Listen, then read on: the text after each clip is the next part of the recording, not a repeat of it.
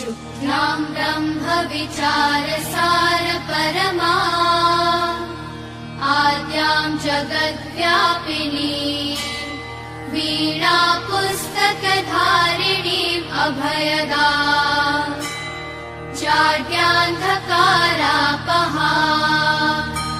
हस्ते स्फाटिकमालिकां विदधती पद्मासने संस्थिता वन्दे तां परमेश्वरीं भगवतीं बुद्धिप्रदां शारदाम्।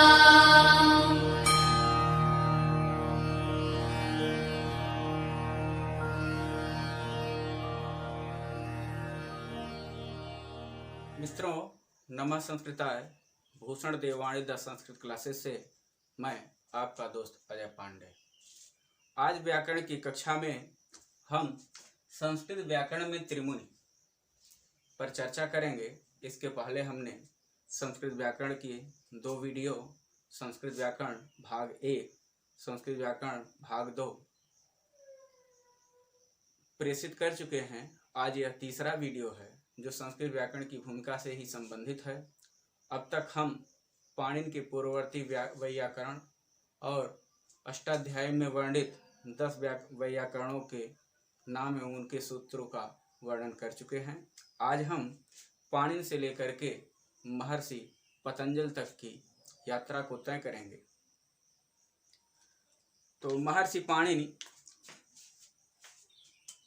से लेकर के पतंजल तक, तो त्रिमुनि परंपरा में पहले मुनि हैं पाणिनि, दूसरे मुनि हैं कात्यायन और तीसरे मुनि हैं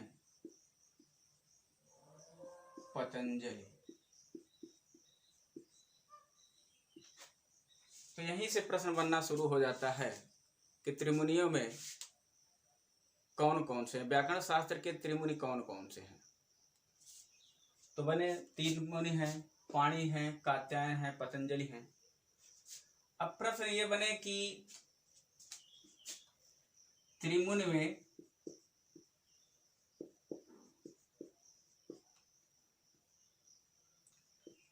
किसकी गणना होती है। प्रश्न ऐसा हो तो ए पाणिनि, बी कात्यायन, सी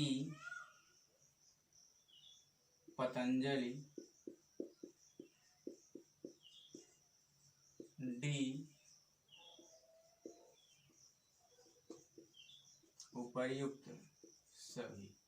इसका विकल्प उपर्युक्त सभी हो जाएगा। फिर इसी तरह से प्रश्न बनता है कि त्रिमुनि में किसकी गणना नहीं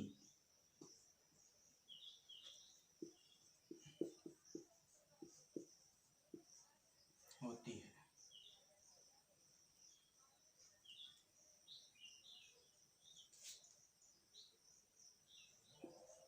पाणिनि, आचार्य वरदराज, कात्यायन। तो यहां विकल्प बन जाएगा कात्यायन। तो त्रिमुनि में किसकी गणना होती है, त्रिमुनि में किसकी गणना नहीं होती है, त्रिमुनि में कौन कौन से मुनि परिगणित होते हैं, ऐसे प्रश्न परीक्षा में पूछे जाते हैं। अब यही हम एक चीज जान लें कि त्रिमुनि में प्रथम मुनि कौन है। प्रथम मुनि, द्वितीय मुनि,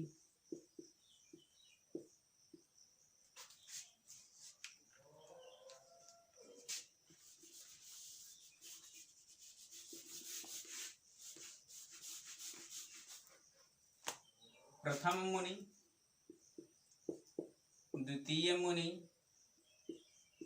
और तृतीय मुनि। ये 3 मुनि हैं, प्रथम द्वितीय तृतीय, एक मुनि, द्विमुनि, एक द्वित्री, इसलिए इसको त्रिमुनि या फिर मुनित्रय भी कहते हैं। इसी को व्याकरण शास्त्र में मुनित्रय या फिर मुनित्रयी भी कहा जाता है। मुनित्रय या मुनित्रयी कहा जाता है। तो संस्कृत व्याकरण शास्त्र में त्रिमुनि से संबंधित प्रश्न कैसे बन सकते हैं? तो ये बनेगा कि संस्कृत व्याकरण शास्त्र में प्रथम मुनि कौन है? संस्कृत व्याकरण शास्त्र में त्रिमुनि में प्रथम मुनि कौन है? तो पाणिनि होगा। द्वितीय मुनि कौन है? कात्यायन होगा। तृतीय मुनि कौन है? तो पतंजलि होगा। पाणिनि, कात्यायन और पतंजलि ये क्रमशः इनके नाम हैं। अभी हम इनके विषय में, तीनों लोगों के विषय में आज चर्चा करेंगे, लेकिन सबसे पहले हम चर्चा करते हैं जो प्रथम मुनि। तो जब हम पाणिनि के विषय में चर्चा करेंगे तो पहले हम ये जानेंगे पाणिनि त्रिमुनि में प्रथम मुनि है। पाणिनि त्रिमुनि में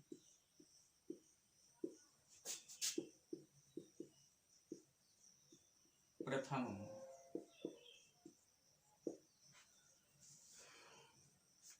पुरुषोत्तम देव की एक रचना है त्रिकांड शेष कोश।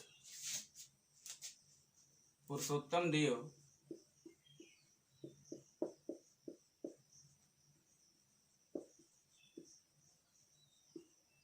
कृत त्रिकांड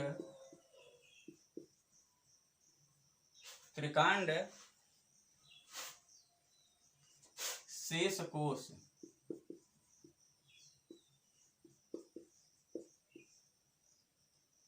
त्रिकांड शेष कोश में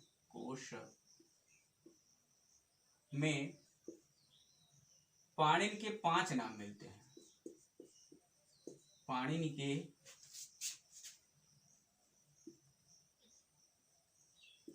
5 नामों का उल्लेख है।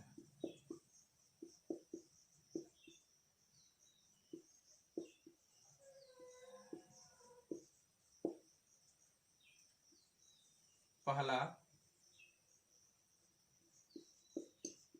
पाणिन या फिर पाणिनि।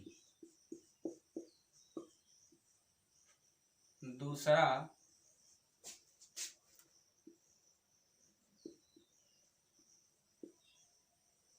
शालंकी या फिर शालंकी।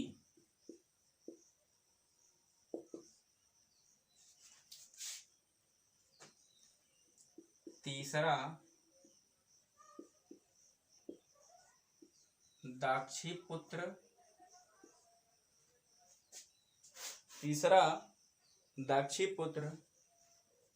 चौथा शलातुरीय।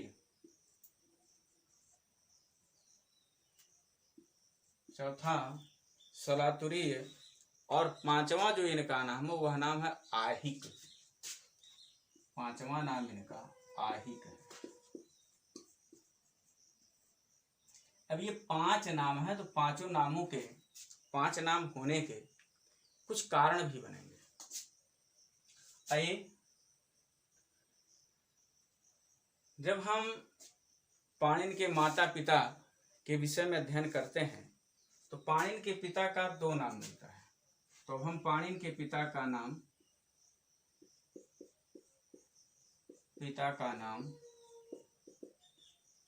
शलंक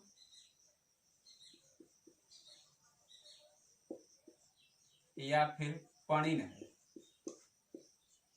शलंक या फिर पणिन है। यदि पाणिनि के पिता का नाम शलंक है तो इनका नाम शालंकी या शलंकी है। यदि पाणिनि के पिता का नाम पणिन है तो इनका नाम पाणिन अथवा पाणिनि है। समझ में आया कि पाणिनि क्यों हुआ? पणिन नाम, पिता का नाम पणिन होने का। शलंकी या शालंकी क्यों नाम हुआ? शालंकी या शलंकी नाम क्यों हुआ? यह शलंक नाम होने के कारण। पिता के बाद माता का नाम दाक्षी है। माता का नाम दाक्षी। अब इस तरह से इनका नाम क्या हो जाएगा, दाक्षी पुत्र कह सकते हैं या फिर दाक्षी तनय कह लीजिए, दाक्षी तनय, दाक्षी पुत्र कहिए या फिर दाक्षी तनय कह दीजिए।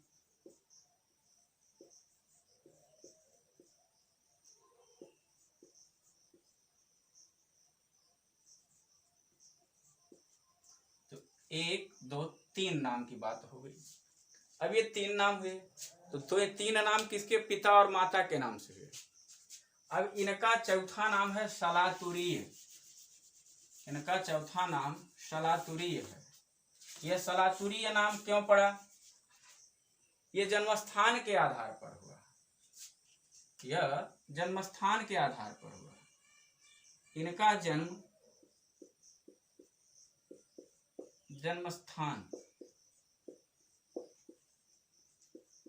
सलातुर में हुआ था, इसी कारण से यह सलातुरीय कहलाए। यह सलातुर जो है तत्कालीन उस समय यह भारत में पड़ता था, आज यह सलातुर जो है पाकिस्तान में पड़ता है, और यह पेशावर जिले में अटक या फिर अटक जिला ही रहा होगा। लाहौर जो उसका प्राचीन नाम था, या पेशावर उसका वो या सलातुर उसका प्राचीन नाम था। तो सलातुर या फिर लाहौर नामक गांव में हुआ था, इसीलिए इनको सलातुरीय कहा जाता है। जैसे हम भारत में जन्म लिए तो हम भारतीय कहलाए, उसी तरह से ये भारते भुवः इत भारतीय तो सलातुरे भुवः इत सलातुरीय, इस तरह से इसकी व्याख्या होती है। तो पूछा जाए माता का नाम दाक्षी, पिता का नाम पणिन, जन्म स्थान सलातुर। सलातुर इस समय कहाँ है, तो आप बता सकते हैं सलातुर जो है इस समय पेशावर में है, और यह पेशावर है कहाँ, पाकिस्तान में।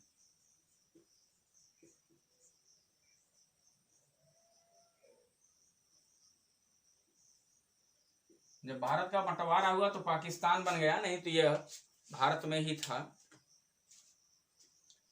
अब जन्म स्थान तक हो गया, तो इसके बाद अब इन्होंने शिक्षा कहाँ ग्रहण किया,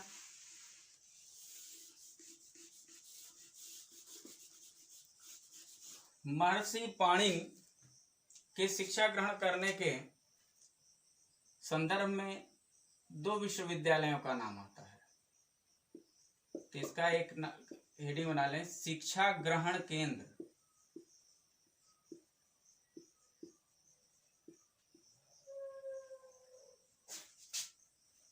इसमें 2 नाम आते हैं, एक आता है तक्षशिला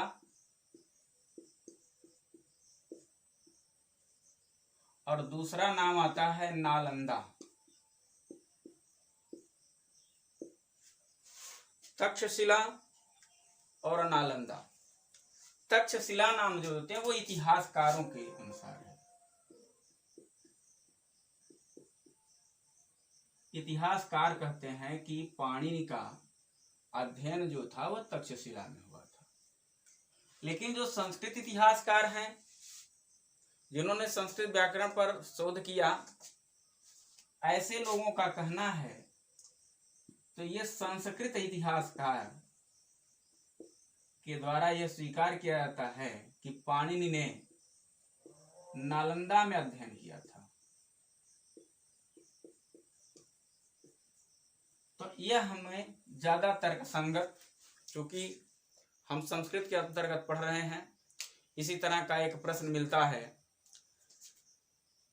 सोमनाथ मंदिर पर आक्रमण से संबंधित, जब हम इतिहास पढ़ते हैं तो 17 बार मिलता है, और अंबिका दत्त व्यास का शिवराज विजयम पढ़ते हैं तो 12 बार मिलता है। यदि हम संस्कृत का पेपर दे रहे हों तो उसे 12 बार लिखेंगे, और यदि हम इतिहास में या जनरल नॉलेज का प्रश्न दे रहे हों, प्रश्न पढ़ रहे हों, तो उसके अंतर्गत हमें वह आक्रमण 17 बार बताना होगा। तो उसी प्रकार से यहाँ जब इतिहास के अंतर्गत यह प्रश्न आएगा तो पाणिनि का अध्ययन केंद्र या पाणिनि के विद्यालय या गुरुकुल हम तक्षशिला को मानेंगे, और जब संस्कृत के अंतर्गत यह पढ़ा जाएगा तो यह नालंदा विश्वविद्यालय माना जाएगा। अब पाणिनि का समय क्या रहा होगा? हाँ, तो यदि पाणिनि का समय से पहले हम इनके गुरु का नाम जान लेते हैं। शिक्षा केंद्र में गए होंगे तो किसी गुरु से इन्होंने अध्ययन किया होगा, कोई न कोई इनका गुरु रहा होगा, क्योंकि संस्कृत में क्या है, गुरुम बिना ज्ञानम न भवत। गुरु के बिना ज्ञान नहीं होता है। तो इनके गुरु का नाम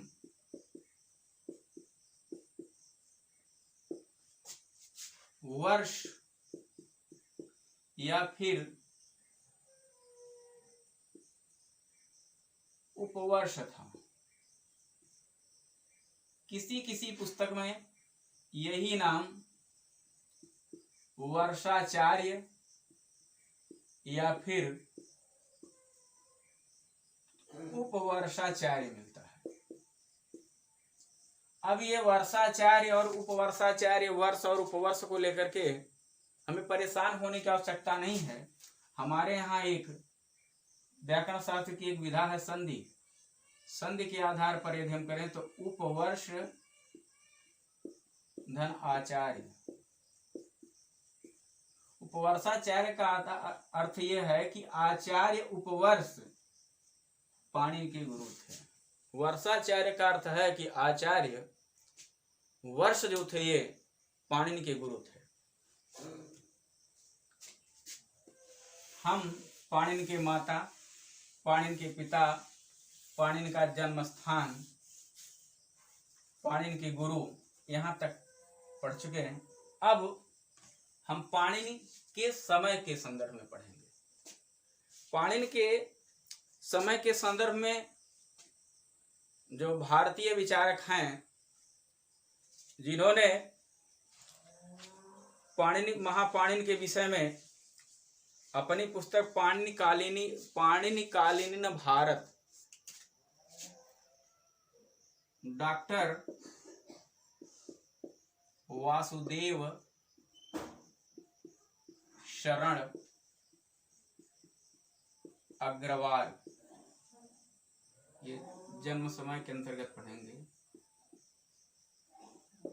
डॉक्टर वासुदेव शरण अग्रवाल के अनुसार पाणिनि का जन्म समय ईसा पूर्व 500 ईस्वी। और एक पाश्चात्य विचारक रहे जिनका नाम मैक्स मूलर है। क्या नाम है? Max Muller. मैक्स मूलर ने पाणिनि का समय ईसा पूर्व 350 स्वीकार किया। ईसा पूर्व 350 ईस्वी स्वीकार किया। ईसा पूर्व 350 और ईसा पूर्व 500। तब यही दो प्रश्न बना। मैक्स मूलर के अनुसार पाणिनि का जन्म समय क्या है? 350। वैसे यदि दोनों से आएगा तो हम ईसा पूर्व 500 स्वीकार करें, 500 क्वेश्चन मारेंगे। वैसे संभवतः या प्रश्न बनाने वाले महोदय को इतना ध्यान रखना चाहिए कि ये दोनों चूंकि विकल्प सही हैं, दोनों विकल्पों को एक में नहीं रखना चाहिए। यदि रखें तो यहाँ पर एक विकल्प उभव या दोनों लिखना होगा, तो हम सी को सही मानेंगे। मैक्स मूलर ने 350 और वासुदेव शरण अग्रवाल ने 500 ईसा पूर्व स्वीकार किया। जन्म जान लिए, जन्म समय जान लिए, गुरु जान लिए हम लोग, इनका जन्म स्थान जान लिए, इनके 5 नाम जान लिए। हाँ, नाम की श्रृंखला में एक नाम छूट गया था। इनका 5वां नाम है आहिक।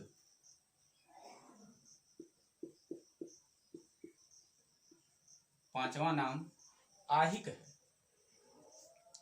और इस आहिक नाम इनको क्यों किया गया? क्योंकि इन्होंने कठिन परिश्रम करके, अनवरत परिश्रम करके अष्टाध्यायी की रचना किया, इसलिए इनको आहिक कहा जाता है।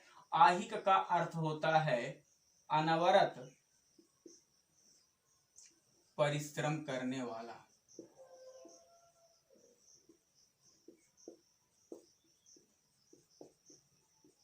चूंकि पाणिनि से पहले संस्कृत के व्याकरण का कोई ग्रंथ पूर्णतया नहीं मिला या नहीं प्राप्त होता है, इसीलिए अष्टाध्यायी को ही संस्कृत व्याकरण के इतिहास का प्रमुख केंद्र माना जाता है। और हम उसी ग्रंथ के आगे पीछे होकर के संस्कृत व्याकरण की भूमिका का अध्ययन करते हैं, संस्कृत व्याकरण के इतिहास को पढ़ते हैं। तो महर्षि पाणिनि ने हमारे लिए अत्यंत सरलता कर दी और हम इसीलिए उन्हें आहिक के नाम से भी जाना जाता है। अब महर्षि पाणिनि की रचना, महर्षि पाणिनि की रचनाएं या कृतियां।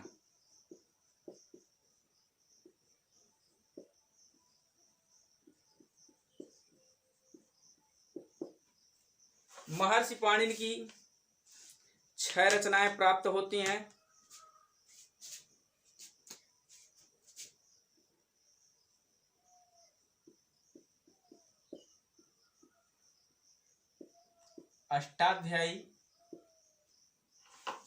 अष्टाध्यायी व्याकरण ग्रंथ है।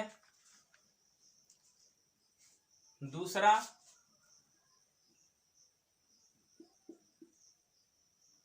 धातु पाठ,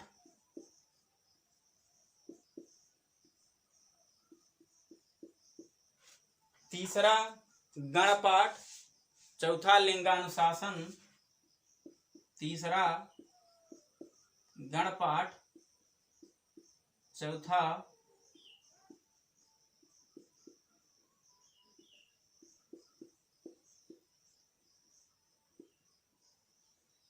लिंगानुशासन, पांचवा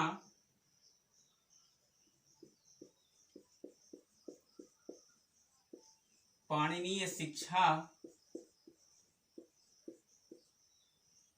और छठवां पाताल विजय या फिर जाम्बवती विजय।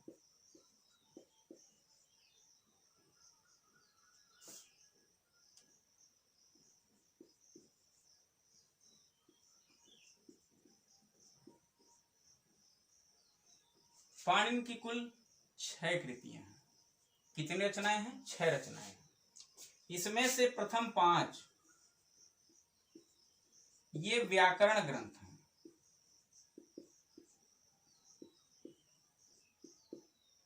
और यह महाकाव्य है।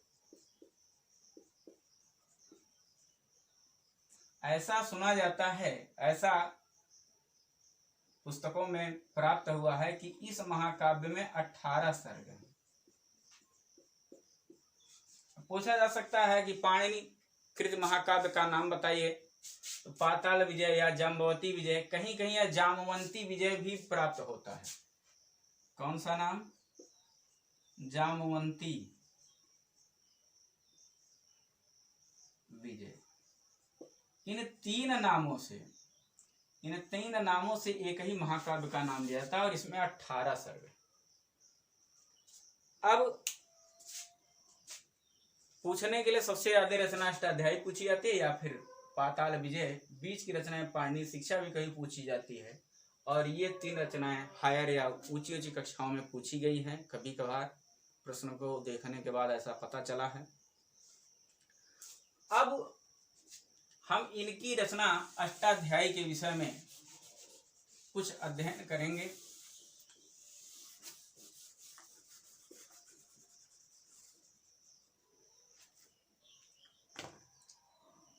अब अष्टाध्यायी, जैसा कि नाम से ही पता चल रहा है कि अष्ट अध्यायी, तो इसमें होगा क्या? ये पूछा जाए कि अष्टाध्यायी में समास कौन सा है, इसका विग्रह देख करके अष्टानाम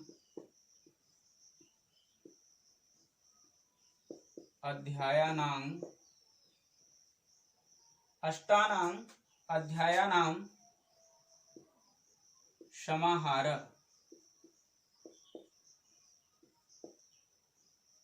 ये द्विगु समास है। कौन सा समास है? द्विगु समास है। अष्टानाम अध्यायानाम समाहारः, तो इसमें द्विगु समास है। अब अष्टाध्यायी से संबंधित तो एक चीज तो क्लियर हुआ कि अष्टाध्यायी में अध्याय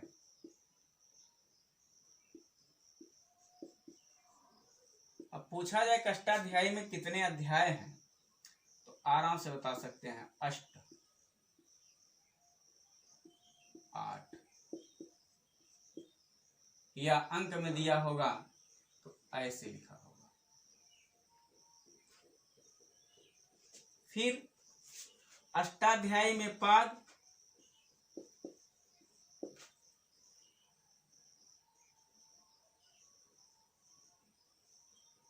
32 पाद।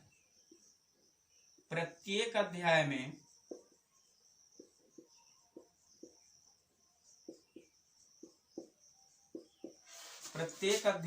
चार पाद हैं। अष्टाध्याय में कितने अध्याय? 8 अध्याय। कितने पाद? 32 पाद। प्रत्येक अध्याय में कितने कितने पाद होते हैं? 4 पाद। मतलब अष्टाध्यायी का एक अध्याय, पाद मतलब पार्ट, भाग। अष्टाध्यायी का एक अध्याय जो है वह 4 भागों में विभक्त है। पाद को पार्ट पढ़िए। क्या पढ़ेंगे हम? पार्ट मतलब भाग। एक अध्याय 4 भागों में विभक्त है। अब अष्टाध्यायी में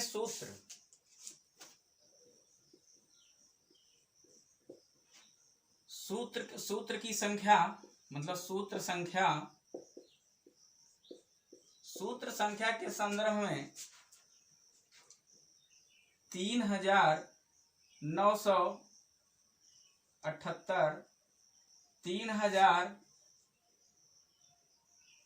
3965, 3995 अर्थात लगभग 4000 सूत्र। अब ये 3965, 3978, 3995 ये क्या है? आखिर इन सूत्रों की संख्या क्यों 1, 2, 4, 6 कहीं घट बढ़ सकती, इतने सूत्रों की? तो जब हम इस तरह से देख लें, कुछ हम जैसे वर्णमाला, संस्कृत वर्णमाला में जब हम पढ़ेंगे तो 14 सूत्र पढ़ते हैं। तो यदि मूल सूत्रों को 14 तक स्वीकार किया जाए तो ये 18, ये 65 है। 65 के बाद 14 सूत्र वो जोड़ दिए जाए, यदि उनको एक साथ जोड़ा जाता है तो वो 65 के अंतर्गत समाहित हो जाते हैं। यदि उन कृतियों को नहीं, उन सूत्रों को, कृतियों क्षमा कीजिएगा, कृतियों नहीं, सूत्रों को अलग अलग एक नाम से जाने, यदि हम एक नाम से जाने, एक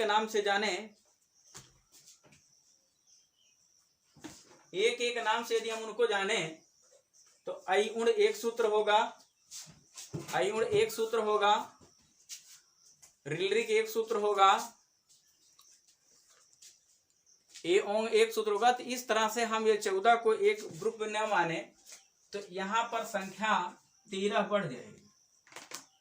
तो ये संख्या 5 3 8 6 1 7 कितनी हुई? 3978। 365 प्लस 13 इक्वल टू 3978, 3978 हुई। इसी तरह से कुछ सूत्र हैं, जैसे हमने लघु सिद्धांत कौमुदी में पढ़ा, तो ये पढ़ा प्रत्यय,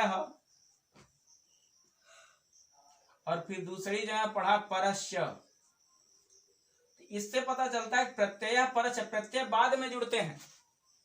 तो हो सकता है अष्टाध्यायी में या अष्टाध्यायी में ऐसे हो, फिर किसी पुस्तक में व्याख्याकारों ने, रचनाकारों ने प्रत्यय परस्य अलग अलग कर दिया हो, ये 78 से 79 हो जाएगा। इसी तरह से बढ़ते बढ़ते यह संख्या 3995 तक पहुंच जाती है।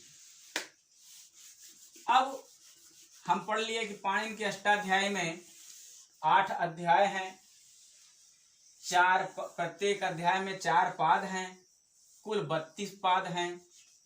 तो अब आपसे पूछा जाए कि पाणिनेः अष्टाध्याये कति, अष्टाध्यायाम कति अध्याय, पाणिनि के अष्टाध्यायी में कितने अध्याय हैं। अब 8 अध्याय है तो किस अध्याय में क्या वर्णन है। अष्टाध्यायी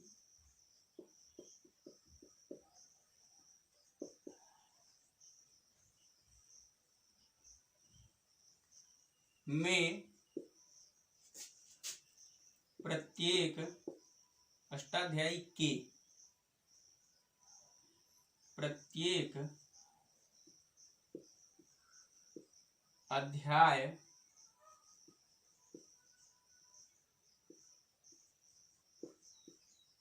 के वर्ण या पाठ्य विषय हम लिखें, वर्ण विषय अच्छा होगा, पाठ्य विषय। तो प्रथम, द्वितीय,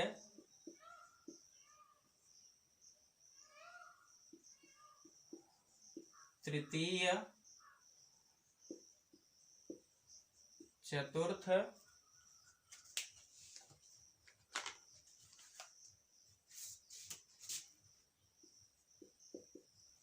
पंचम, षष्ठ,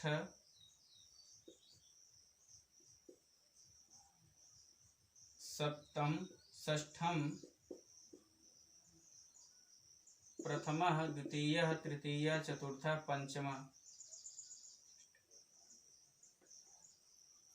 पंचमः, षष्ठः, सप्तमः, अष्टमः। 8वां अध्याय। 8वां अध्याय के वर्ण विषय इसके हैं। पहले अध्याय में व्याकरण की संज्ञाएं एवं परिभाषाएं हैं। प्रथम अध्याय में व्याकरण संबंधी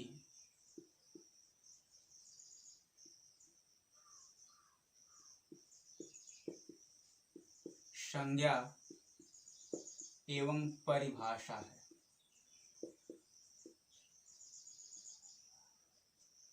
पहले अध्याय में व्याकरण से संबंधित जितनी संज्ञाओं का उपयोग करना था उतनी संज्ञाओं का और उतनी परिभाषाओं का वर्णन पहले अध्याय में आचार्य पाणिनि के द्वारा किया गया। दूसरे अध्याय में समास और कारक है।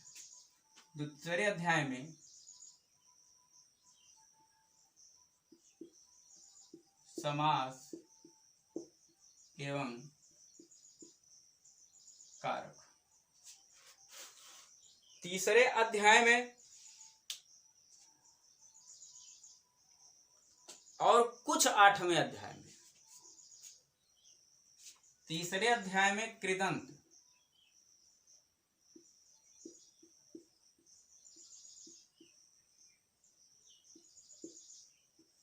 कृदंत प्रकरण,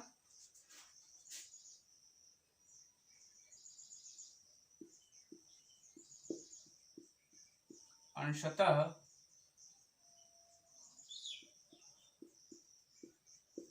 आठवें अध्याय में भी, कुछ 8वें अध्याय में भी कृदंत प्रकरण है। चौथे और 5वें अध्याय में तद्धित प्रकरण है। चौथे और 5वें में, इन दोनों में तो प्रत्येक विषय में हम पढ़ेंगे तो कृदंत और तद्धित 2 पढ़ेंगे। तो चौथे और 5वें अध्याय में तद्धित प्रकरण है।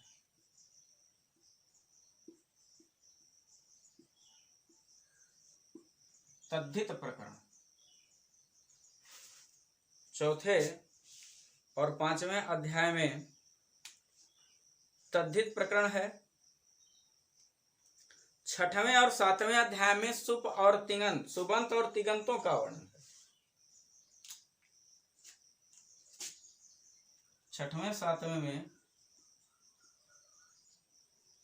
सुप शुबंत तिंग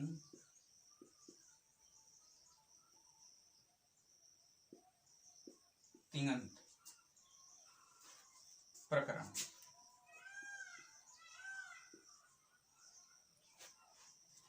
तद्धित।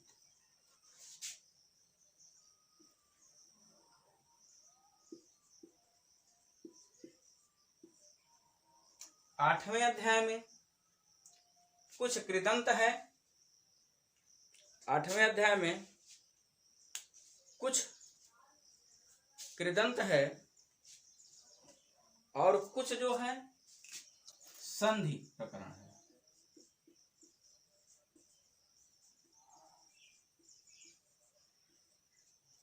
तो संधि प्रकरण और तिङंत।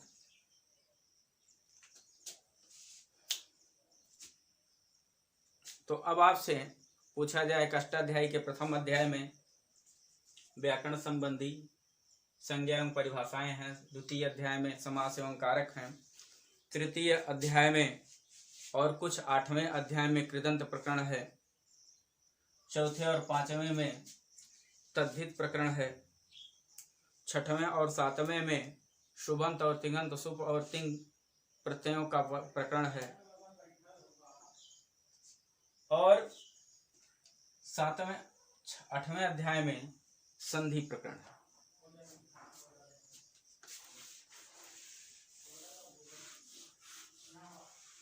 और पाणिनि की अन्य रचनाओं के विषय में इतने अंतर से नहीं पूछा जाएगा, या अभी भी नहीं पूछा गया है।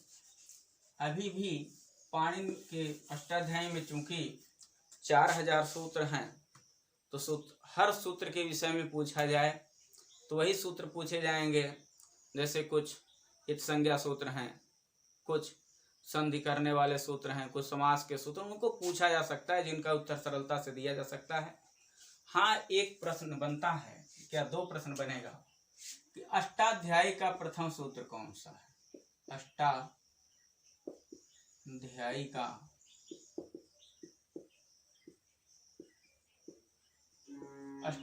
प्रथम सूत्र, अष्टाध्यायी का प्रथम सूत्र है वृद्धि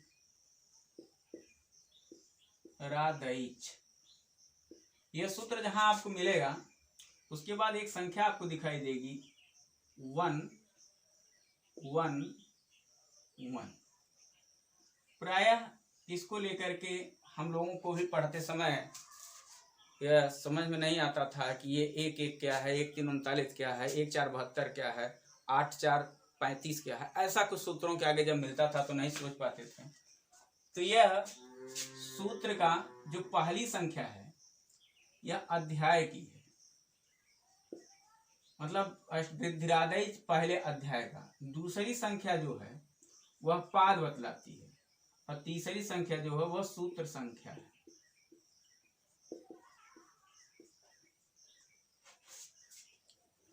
अब इसी तरह से जब हम वृद्धिरादैच के बजाय वृद्धिरेच सूत्र पढ़ेंगे 6 1 88 होगा। आदि गुणा पढ़ेंगे तो 6 1 87 होगा। इक्विवेलेंट पढ़ेंगे 6 1 77 या 6 1 78 मिलेगा। ऐसे ऐसे मिलते हैं सूत्र। और अब समझ में आ गया होगा कि ये जो सूत्र के बाद संख्याएं दी होती हैं और 3 ही संख्या होगी। यह संख्या इकाई दहाई तक सैकड़ा तक हो सकती है। ये दोनों संख्याएं आपको, यह जो पहली संख्या है, यह संख्या आपको कितना तक 1 2 3 4 5 6 7 8 इससे अधिक नहीं मिलेगी। और ये दूसरी संख्या है जो क्रम संख्या 2 पर संख्या है, वह संख्या आपको 1 2 3 4 मतलब ये 4 से अधिक नहीं मिलेगी। ये जो तीसरी संख्या है यह संख्या शताधिक भी आपको मिल सकती है। 100 से अधिक सूत्र भी किसी अध्याय में हो सकते हैं, किसी पाद में हो सकते हैं। अंतिम सूत्र। अब अंतिम सूत्र की हम संख्या इसलिए नहीं लिखेंगे कि वो संख्या हम 3965 लिखें अथवा 3978 लिखें या 3995 लिखें या फिर 4000 लिखें। इसलिए अंतिम सूत्र की संख्या हम नहीं लिखेंगे। अंतिम सूत्र इसका है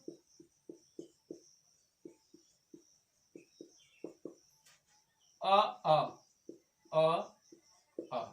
प्रथम सूत्र वृद्धिरादैच और अंतिम सूत्र अ। अब इसके बाद दूसरे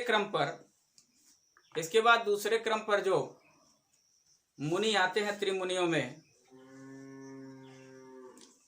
उन्हें एक चीज छूट रही थी पाणिनि की, देहावसान।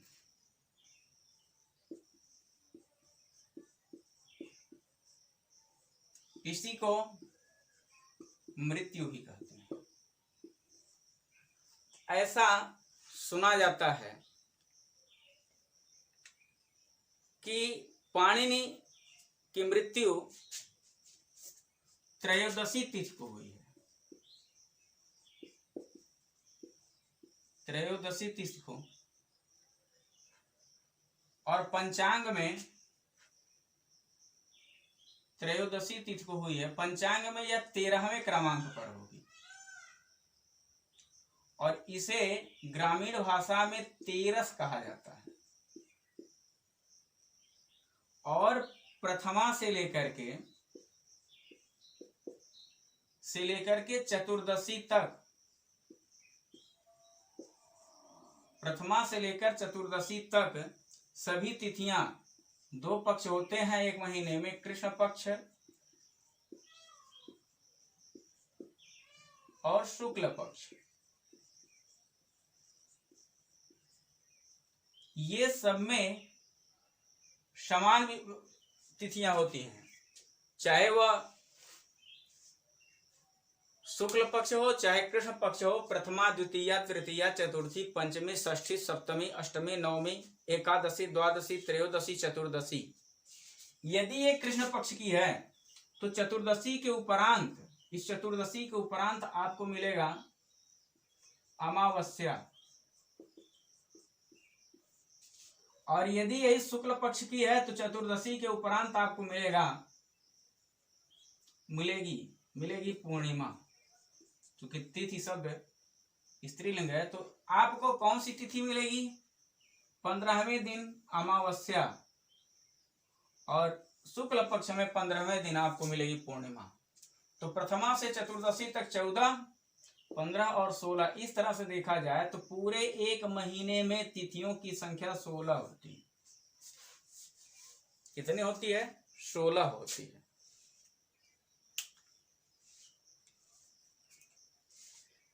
अब व्याकरण शास्त्र के जनक एक तरह से पाणिनि माने जाते हैं। त्रयोदशी तिथि को इनका देहावसान हुआ। देह का अवसान मतलब देह की यात्रा का रुक जाना, मृत्यु, स्वर्गारोहण, तिरोधान आदि पर्यायवाची शब्द हैं। तो अब इसीलिए त्रयोदशी तिथि को, किस तिथि को? त्रयोदशी तिथि को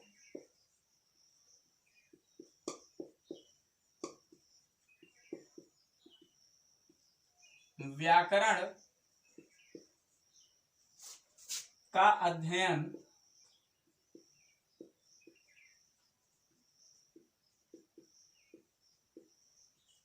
नहीं किया जाता है,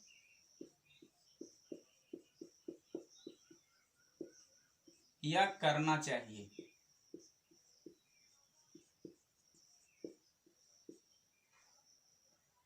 जैसे हमारे आपके परिवार में भी एक, जिस दिन किसी की मृत्यु होती है उस दिन को हमारे यहाँ मान कहा जाता है कि इस दिन हम कोई नया कार्य शुरू नहीं करेंगे, कोई शुभ कार्य या कोई नया कार्य शुरू नहीं करेंगे। तो उसी प्रकार से चूंकि त्रयोदशी तिथि को महर्षि पाणिनि की मृत्यु हुई थी। तो व्याकरण शास्त्र का अध्ययन नहीं किया जाता है। एक चीज और, यह मृत्यु इनकी कैसे हुई थी? व्याघ्र द्वारा। कैसे हुई थी? व्याघ्र द्वारा। तो अब आप लोग एक पंक्ति में लिखिए, मृत्यु व्याघ्र द्वारा संभवतः त्रयोदशी तिथि।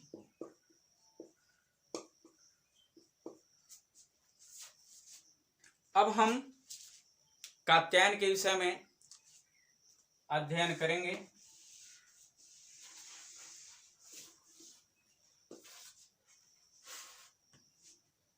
जो त्रिमुन में दूसरे नंबर पर आते हैं। किस क्रमांक में?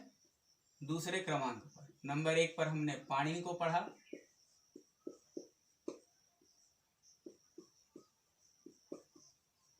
कात्यायन।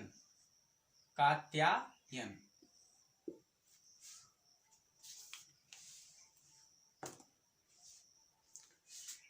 कात्यायन के विषय में बताया जाता है कि महर्षि या मुनि कात्यायन पाणिनि के समकालीन थे। तो जब ये पाणिनि के समकालीन थे तो कुछ चीजें इनकी समान होंगी, जैसे अध्ययन केंद्र और गुरु संभवतः इनके एक थे।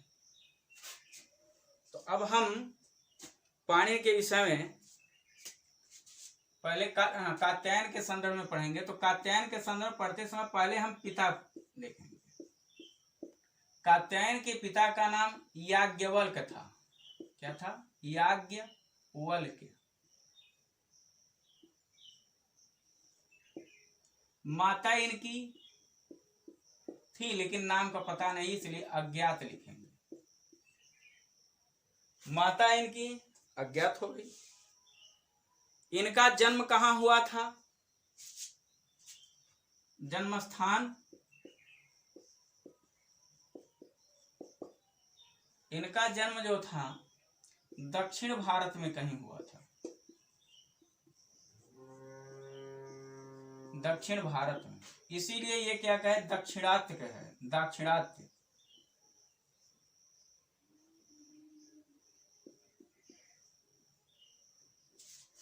गुरु वही जो पाणिनि के गुरु थे, संभवतः वही गुरु इनके भी थे। उपवर्षाचार्य या फिर वर्षाचार्य या उपवर्ष या फिर वर्ष।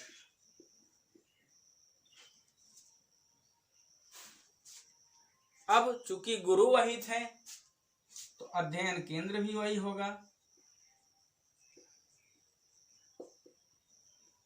इनका अध्ययन केंद्र या शिक्षा ग्रहण करने का स्थान भी इनका भी नालंदा विश्वविद्यालय ही था।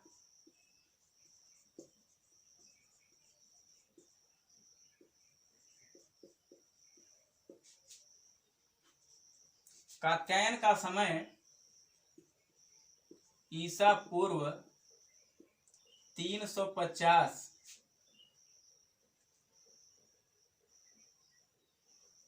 400 से 300 ईसा पूर्व स्वीकार किया जाता है। ईसा पूर्व 4वीं शताब्दी किए थे।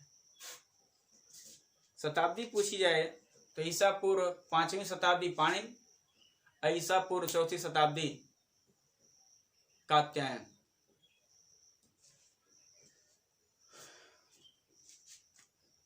कात्यायन के विषय में इतना हो गया।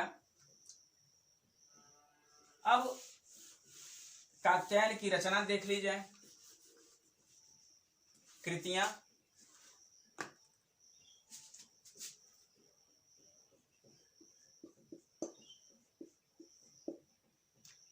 वार्तिक ग्रंथ,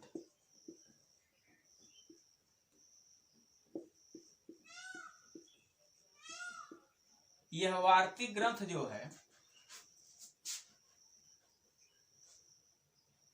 1250 से लेकर 2000 अष्टाध्यायी के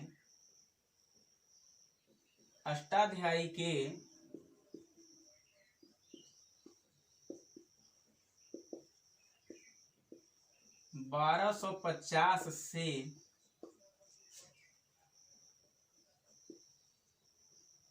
2000 सूत्रों पर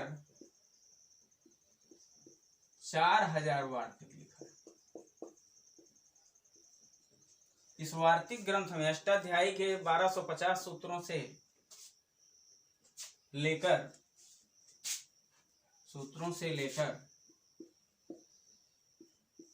कहीं कहीं यह संख्या 1250 मिलती है। मतलब 1250 से लेकर के 2000 सूत्र के बीच के इतने सूत्रों पर, इन सूत्रों की संख्या, सूत्रों पर महर्षि कात्यायन ने वार्तिक लिखा। और दूसरी कृति इनकी जो है स्वर्गारोहण है।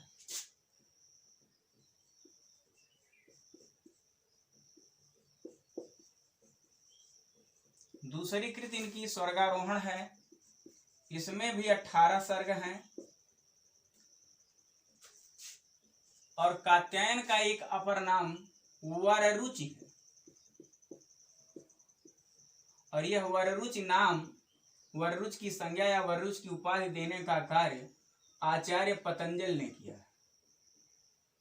पतंजलि। अब यहां से प्रश्न पूछा जा सकता है कि आचार्य पतंजलि ने किसे वररुचि कहा, या फिर यह पूछा जा सकता है कि वररुचि को, कात्यायन को वररुचि किसने कहा।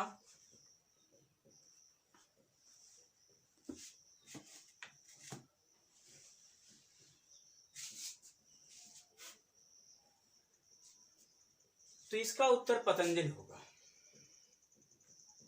वार्तिक का लक्षण कुछ इस तरह से है। वार्तिक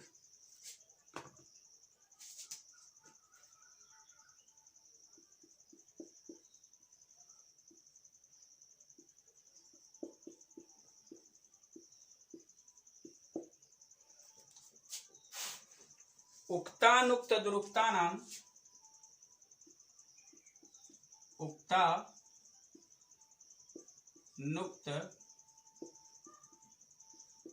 दुरुक्तानाम,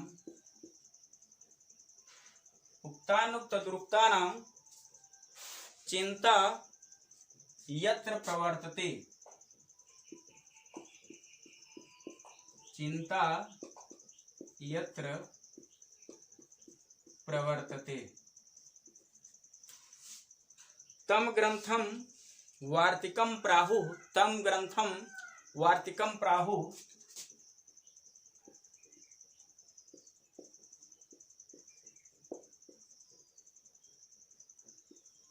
तम ग्रंथम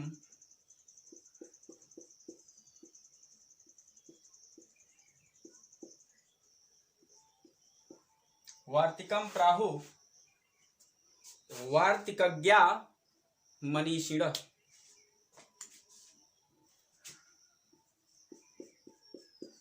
वार्तिकज्ञा मनीषिणः। कहे कि जहां पर उक्त और अनुक्त कहे गए और ना कहे गए, दुरुक्त अत्यंत कठिनाई से कहे गए विषयों पर यत्र चिंता प्रवर्तते, जहां चिंता का विधान किया, जिसके विषय में चिंतन मनन किया, जिसके विषय में सोचा जाता है, जिसकी कठिनाई को दूर करने का प्रयास किया जाता है, ऐसे ग्रंथ को वार्तिक कहते हैं। और जो वार्तिक को, वार्तिकज्ञा है मनीषिण, जो वार्तिक को जान लेते हैं वह विद्वान हो जाते हैं। मनीषिण वार्तिकज्ञा, वार्तिक को जानने वाले मनीषी होते हैं, या विद्वान ही वार्तिकज्ञ होते हैं, वार्तिक के जानकार होते हैं। अब महर्षि पाणिन कात्यायन के बाद एक क्रम आता है त्रिमुनि में, जो तीसरे नंबर पर आते हैं पाणिनि, कात्यायन के बाद तीसरे पतंजलि।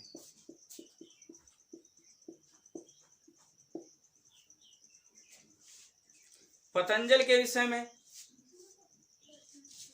इनका समय ईसा पूर्व प्रथम शताब्दी है।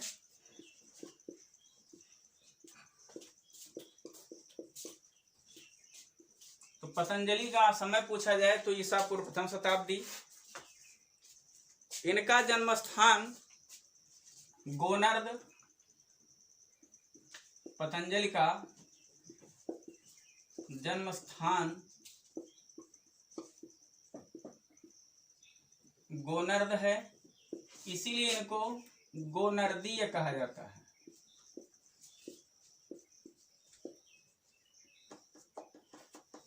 माता का नाम गणिका है, माता का नाम गणिका या गणिका है, इसीलिए इनको गणिका पुत्र भी कहा जाता है।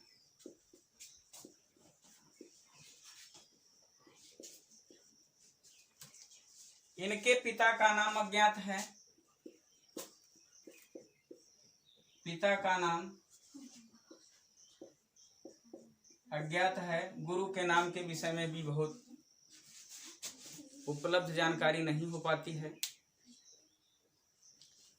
अब इनके और भी नाम, इनके और नाम हैं, अन्य नाम शेषावतार, फणिभृत, शेषावतार, फणिभृत, नागावतार। महर्षि पतंजलि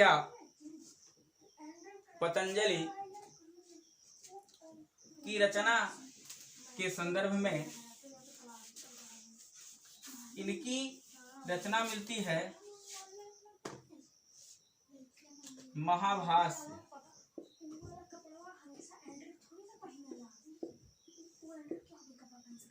एक रचना है चरक संहिता, एक और रचना इनकी है पातंजल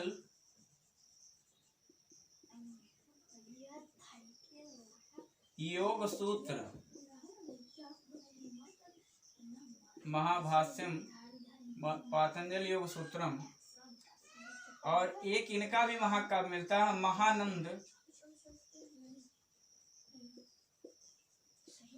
महानंद काव्यम। इनकी 4 रचनाएं प्राप्त होती हैं। अब महाभाष्य व्याकरण ग्रंथ,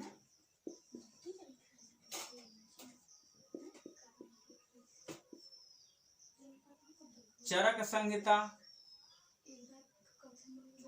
चिकित्सा ग्रंथ,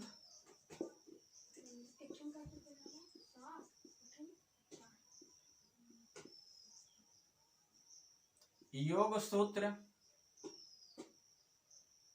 इसे भी एक तरह से हम इसको योग ग्रंथ लिखें या दार्शनिक ग्रंथ।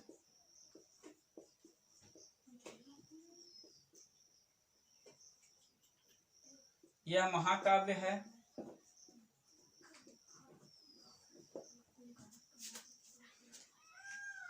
अब इन त्रिमुनियों के विषय में, त्रिमुनियों से संबंधित कुछ इनको एक जगह कलेक्ट कर लें, एक जगह इनकी जानकारी एकत्रित कर लें।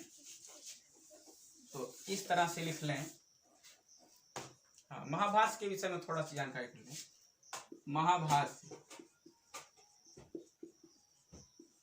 महाभाष्य में 84 आहनिक है और 85 आहनिक भी कहा जाता है। 84 या 85 आहनिक। यदि भूमिका भाग को पशपशाहनिक कहते हैं।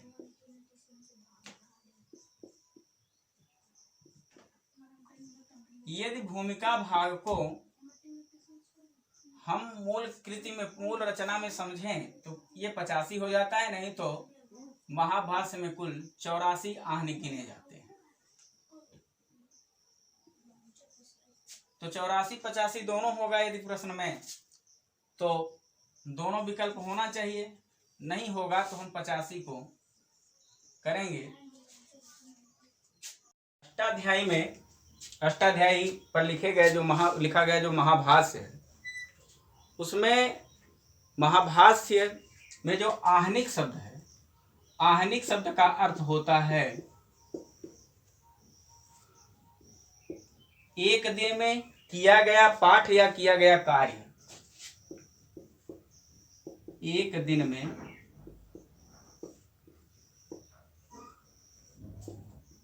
पढ़ा गया या एक दिन में किया गया कार्य। अब यहाँ प्रश्न आएगा कि हम महाभाष्य को कितने दिन में पढ़ सकते हैं? इसका उत्तर होगा 84 अथवा 85 दिन में पढ़ सकते हैं।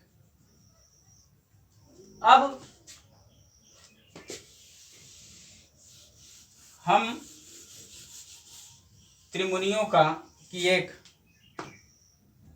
जिसे समरी या संक्षिप्तिका कह सकते हैं, तो यहाँ लिखेंगे क्रमांक, नाम, रचना,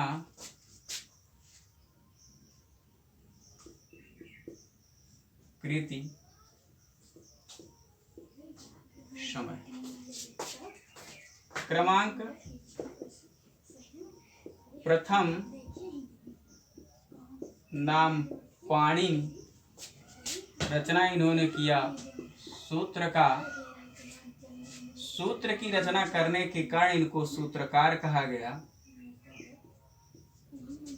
और इनकी कृति है अष्टाध्यायी। समय है 5वीं शती ईसा पूर्व। द्वितीय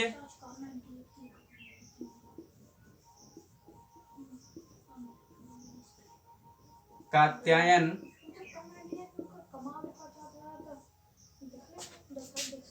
रचना इन्होंने किया वार्तिक की।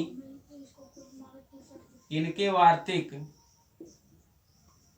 गद्य एवं श्लोक दोनों में,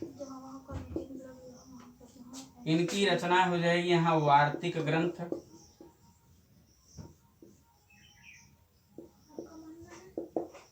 इनका समय है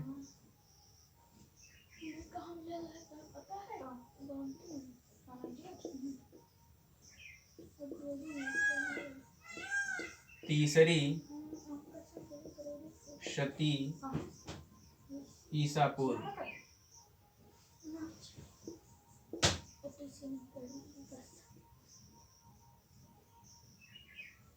यहाँ भी ईसा पूर्व यहाँ लिख लें, वहाँ संभवतः पढ़ने में दिक्कत हो। तृतीय पतंजलि, इन्होंने वार्तिक लिखा है, इसलिए इनको कहते हैं वार्तिककार।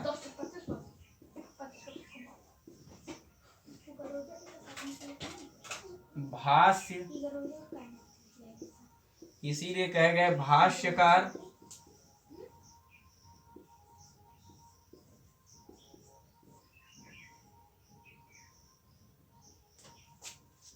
रचना है महाभाष्य। इनका समय है प्रथम शती ईसा पूर्व। ये इनके नाम हुए। पूछा जाए कि पहला त्रिमुन में पहला क्रम किसका है? पाणिनि का, दूसरा क्रम कात्यायन का, तीसरा क्रम भाष्यकार का, पतंजलि का। यह सूत्रकार, वार्तिककार, भाष्यकार, ऐसा भी कभी प्रश्न बन जाए। पाणिनि के जो भाष्य हैं यह निगमन विधि में है, प्रश्नोत्तर शैली इसकी है।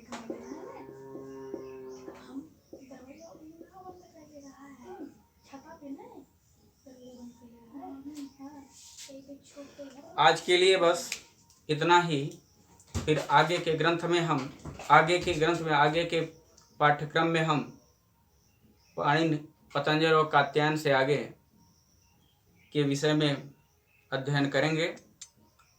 और जहाँ तक हो सकेगा वहाँ तक आप लोग इस वीडियो को देखिए, पढ़िए, समझिए।